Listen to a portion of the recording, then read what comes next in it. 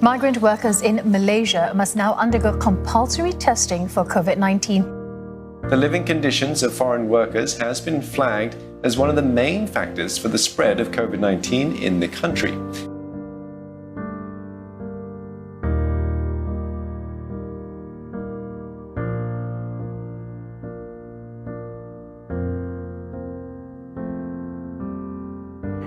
The year 2019 was up and running until one of the most shocking pandemics hit center stage that originated in Wuhan, China in early December of 2019. This newly identified coronavirus, later named Covid-19, has affected more than 54 million people worldwide, with 1.3 million of them resulting in death. Covid-19 in Malaysia, however, have seen figures of almost 50,000 cases, with more than 100 of them succumbing to the virus. Now, the Covid-19 pandemic has definitely put a heavy toll on many groups across the globe, and in Malaysia, these groups include immigrants, refugees, migrant workers, and many more. Now, taking the migrant workers as an example, there are approximately 3.3 million of these workers in Malaysia, with most of them being in the construction, plantation, and manufacturing sectors.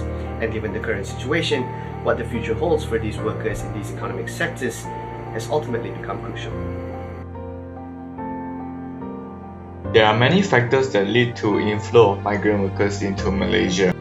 The first and most significant is, of course, the economic growth of Malaysia. The introduction of more economic sectors has created a lot of jobs in Malaysia which attract the migrant workers. Most of the jobs are often in favor for migrant workers from poorer countries due to the higher pay or income that can be generated.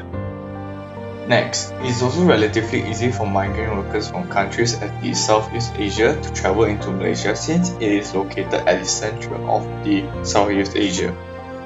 A relatively low transportation fee is often needed to travel into Malaysia, and sometimes most of the fees are covered by the employers who hires the migrant workers to work in Malaysia. Malaysia also has lenient border restrictions which may cause the inflow of illegal migrant workers into Malaysia. Besides that, Malaysia is also a peace and harmonic country. This makes people residing in it feel safe and comfortable to pursue their work without having to worry about disasters such as war, natural catastrophe, riots, human rights abuse, just to name a few. The outbreak of Covid-19 pandemic actually portrayed and revealed the hardship faced by the community of migrant workers in Malaysia. The migrant workers always been treated unequally with full of discriminations subconsciously by the citizens due to their ethnicity, which will soon affect their mental health. Another problem faced by the migrant workers is the poor living condition. They normally live in a crowded and hygienic shelter provided by the employer. Hence, it's more conducive to the spreading of the pandemic.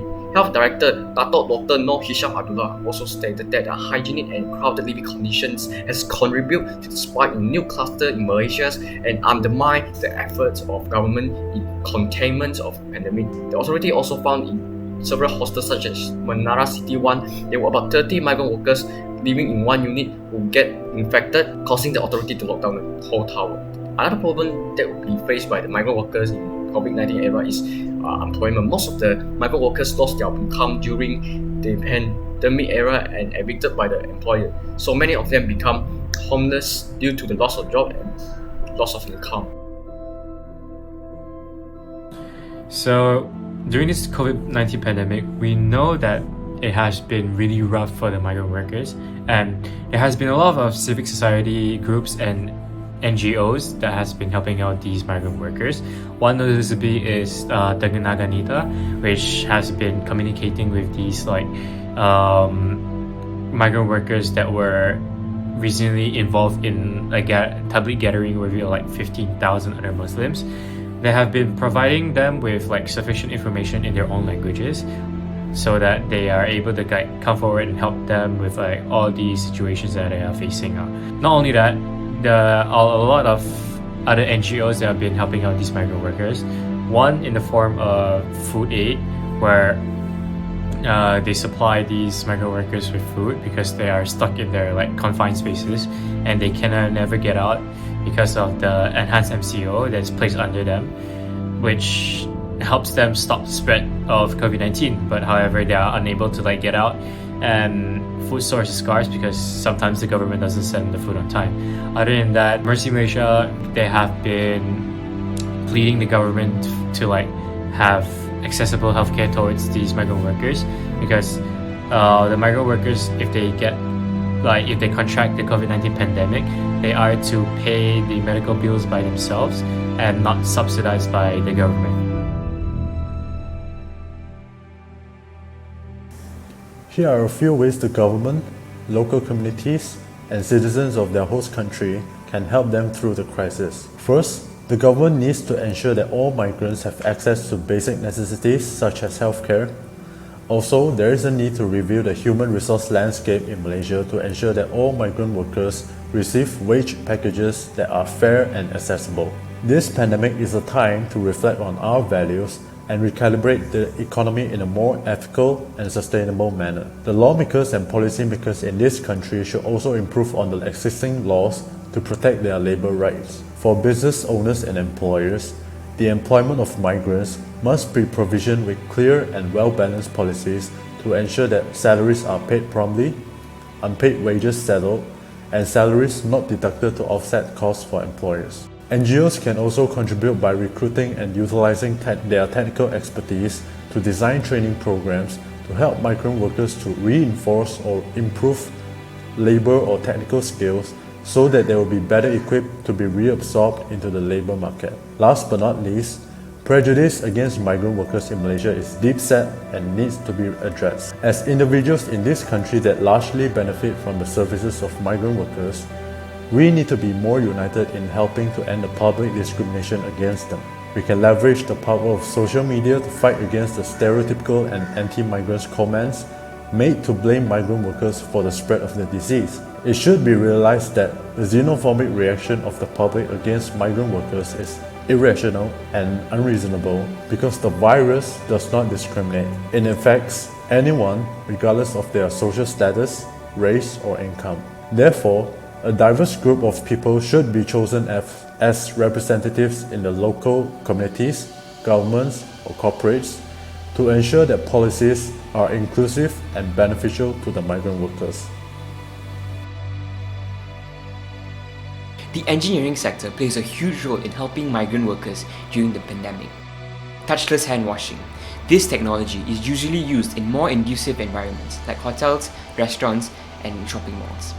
However, there is a way for these migrant workers to implement this in their daily lives. With simple and cheap components, this technology can become a reality. Personal protective equipment. During the initial stages of the virus, there was a shortage in personal protective equipment. These equipments are easy to manufacture, but the challenge comes in mass production. During the peak of the virus, 3D printing played a huge role in the mass production of face shields for frontliners. This contributed to the healthcare of migrant workers. Hands-free door handles. These are built-in extensions that can be easily attached to regular door handles.